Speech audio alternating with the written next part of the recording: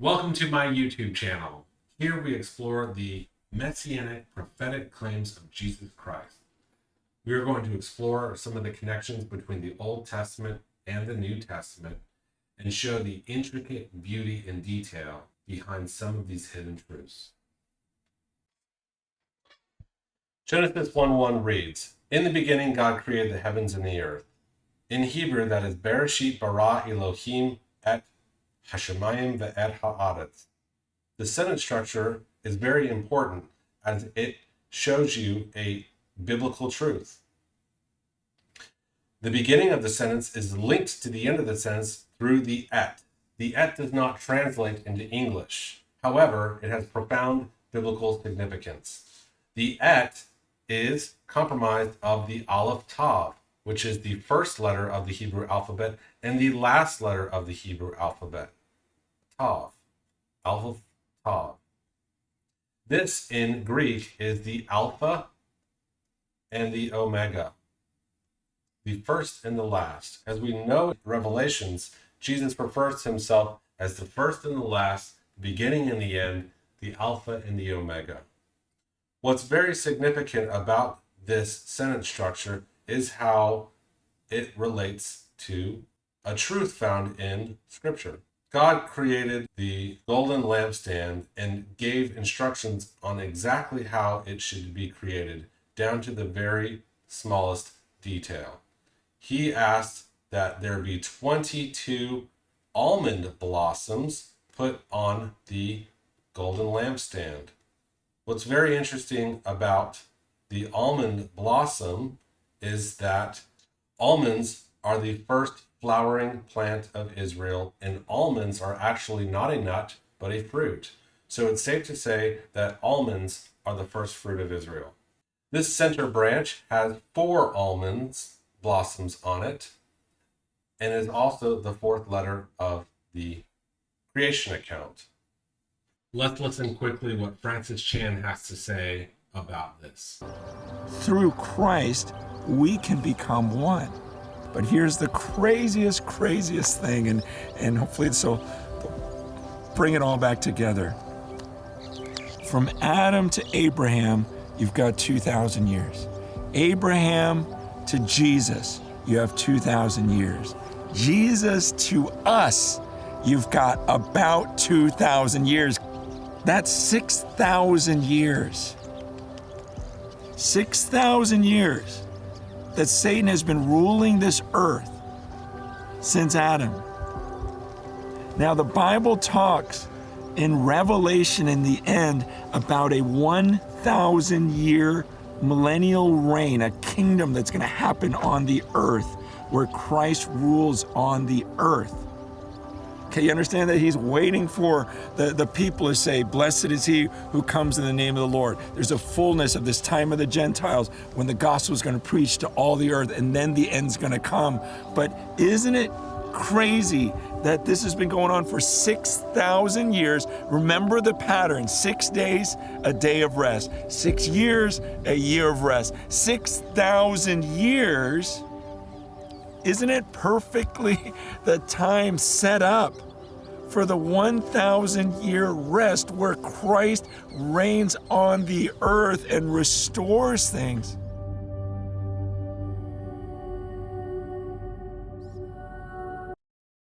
From Adam to Abraham, 2,000 years. From Abraham to Jesus, 2,000 years. From Jesus to now, 2,000 years. You know, it kind of adds up. Is Jesus the center almond branch? Sure does look like it could be.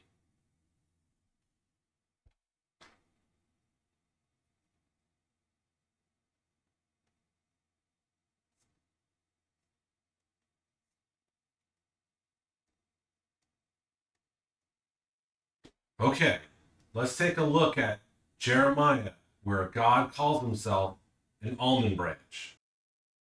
"And the word of the Lord came to me, saying, Jeremiah, what do you see?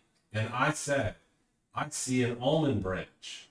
Then the Lord said to me, You have seen well, For I am watching over my word to perform it. I am watching. I see an almond branch. Almond sounds like the Hebrew word for watching. I see a watching branch. I am watching over my word.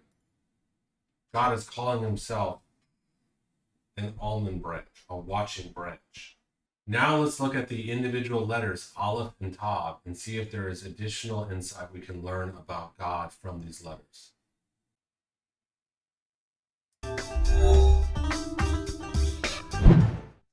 The letter Aleph is the first of the Hebrew letters. As you can see, it is constructed from a yud above, a yud below, and a slanted vav simultaneously connecting and separating it.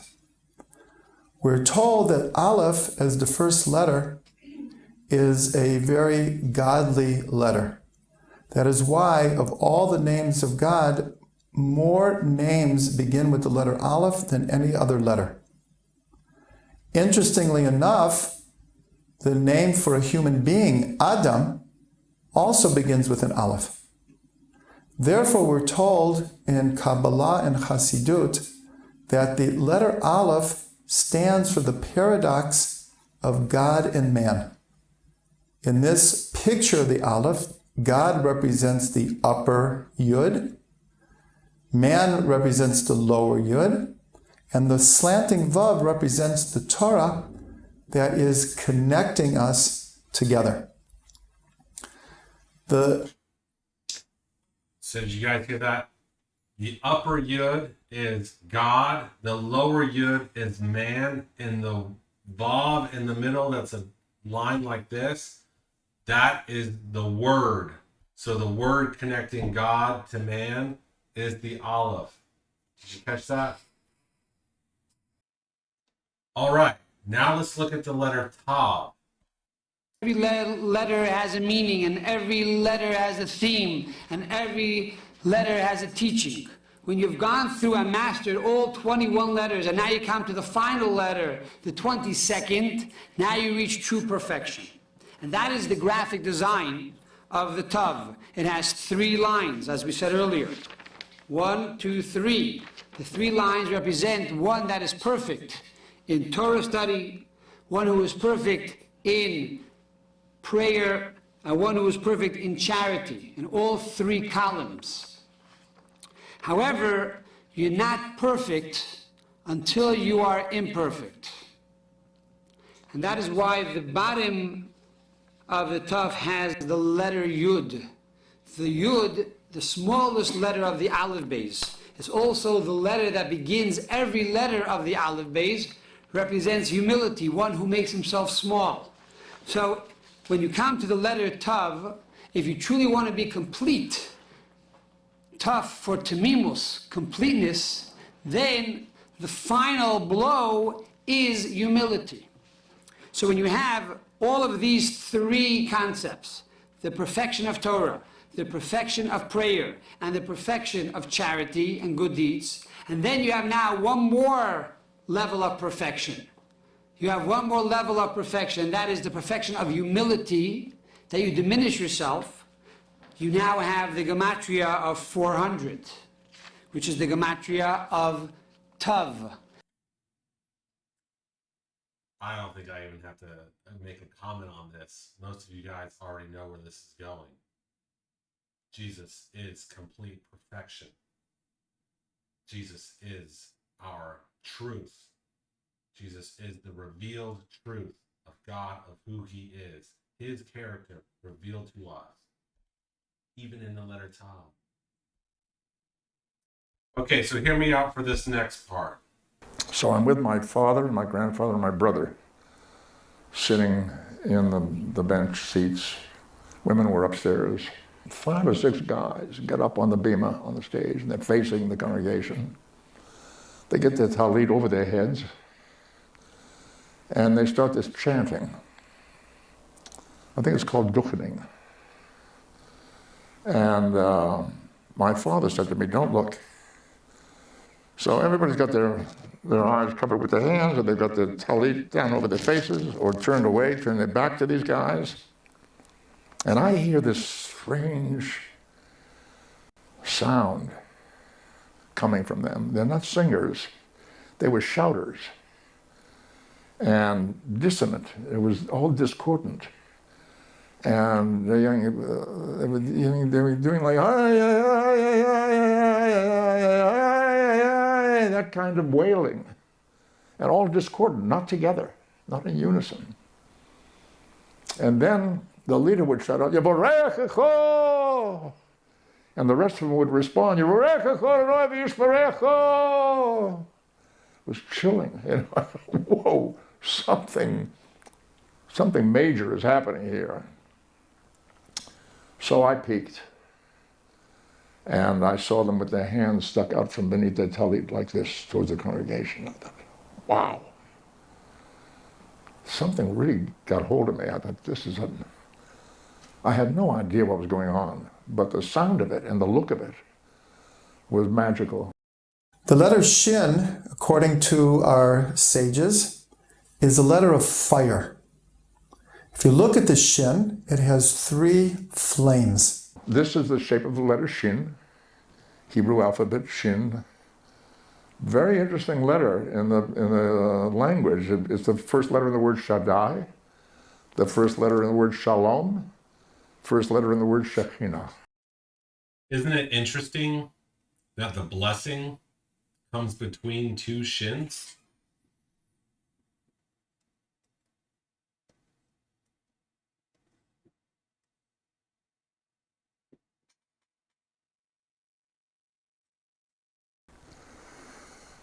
Who supposedly was created to live amongst humans, the Shekinah. Did you catch that? The glory of God, the Shekinah, is supposed to dwell amongst humans. Why you're not supposed to look came to me much, much later, much later. My wife Susan has a cousin who's a rabbi here in Los Angeles at Temple Israel. And I was telling him this story, and he said the reason you don't look is the legend is that during that benediction, Yevorechecho, the Shekinah comes into the sanctuary to bless the congregation. And you don't want to see that because it's so powerful, you could really be seriously injured, or it could be fatal. So that's why you protect yourself by hiding your eyes. Don't look.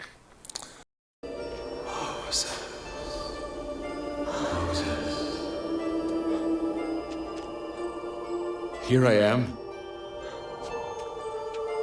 Take the sandals from your feet, for the place on which you stand is holy ground.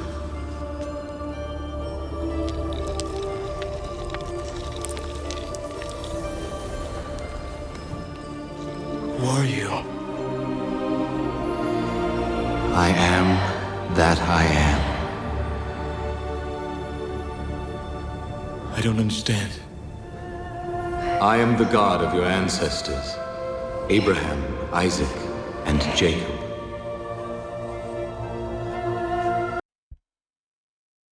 The concept of God's presence, his Shekinah glory, runs throughout the Bible, from the earliest encounters with the divine in the Old Testament to the revelation of Jesus in the New Testament. One of the most remarkable links in this chain is found between the burning bush, the Shekinah glory, and Jesus' declaration, I am, in John 8. The Shekinah glory is a manifestation of God's presence and his divine radiance. Though the term Shekinah is not found directly in the Bible, it comes from a Hebrew root meaning to dwell or to abide. This glory appeared in various forms throughout the scriptures, signifying that God was with his people. For instance, the pillar of cloud by day and fire by night that led Israel through the wilderness was an expression of the Shekinah glory. Exodus chapter 13, verse 21. It also filled the tabernacle and later the temple, marking God's dwelling among his people. Exodus chapter 40, 34 through 35, 1 Kings chapter 8, 10 through 11. One of the earliest manifestations of this glory occurs in Exodus 3, where God reveals himself to Moses in the form of a burning bush. The bush was ablaze with fire, yet it was not consumed, illustrating God's eternal, self-sustaining nature. This burning bush is more than just a physical phenomenon. It is a manifestation of God's holy presence, his Shekinah glory. At the burning bush, Moses encounters the holy presence of God.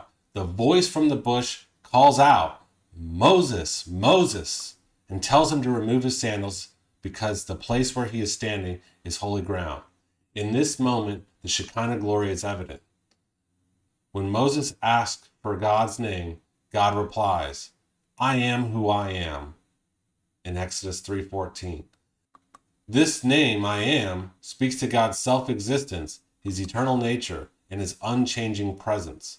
It is a declaration of who God is, the source of all being and the one who sustains all things. The burning bush, therefore, is not just a miracle, it is a theophany, a visible manifestation of God. Through this encounter, God reveals both his holy presence and his divine name, I am. Fast forward to the New Testament, where Jesus makes a stunning claim in John 8:58.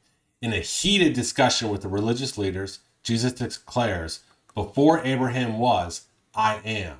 This statement is profound for several reasons. First, Jesus does not say I was or I existed, but instead uses the present tense I am, echoing the divine name God revealed to Moses at the burning bush. The Pharisees immediately recognized the significance of this declaration. Jesus is not just speaking about his existence before Abraham, he is identifying himself with the eternal, self-existent God who spoke to Moses. By saying I am, Jesus is claiming to be the embodiment of the Shekinah glory, the very presence of God among his people. In Jesus, the Shekinah glory of God, the divine presence that dwelt in the burning bush, the cloud, the fire, and the temple, has now taken on human form. John 1:14 states, "The Word became flesh and dwelt among us, and we have seen his glory." The Greek word here for dwelt is skinu, which means to tabernacle or to pitch a tent. It directly alludes to God's dwelling among his people, much like the Shekinah glory filled the tabernacle in the Old Testament. By declaring I am, Jesus asserts that he is the living Shekinah, the manifest presence of God walking among humankind. The Pharisees understood the gravity of this statement, which is why they picked up stones to throw at him in John 8:59. To them, this was blasphemy. For Jesus, a man in their eyes, was claiming the identity and glory of the eternal God. The Shekinah glory of God, first encountered by Moses in the burning bush, found its fullest expression in the person of Jesus Christ. When Jesus declared, "Before Abraham was, I am," he was not merely speaking of pre-existence. He was revealing his identity as the eternal God, the I am, who dwells among his people. Jesus is the burning bush in human form, radiating the divine presence and inviting all to recognize him as the Lord of all creation. This truth changes everything. The God who appeared to Moses and led Israel now stands before us in the person of Jesus, declaring, I am. Now the question that remains is, how will we respond to this revelation of God's glorious presence? Will we, like Moses, approach with reverence, or will we, like the Pharisees, reject the light that has come into the world?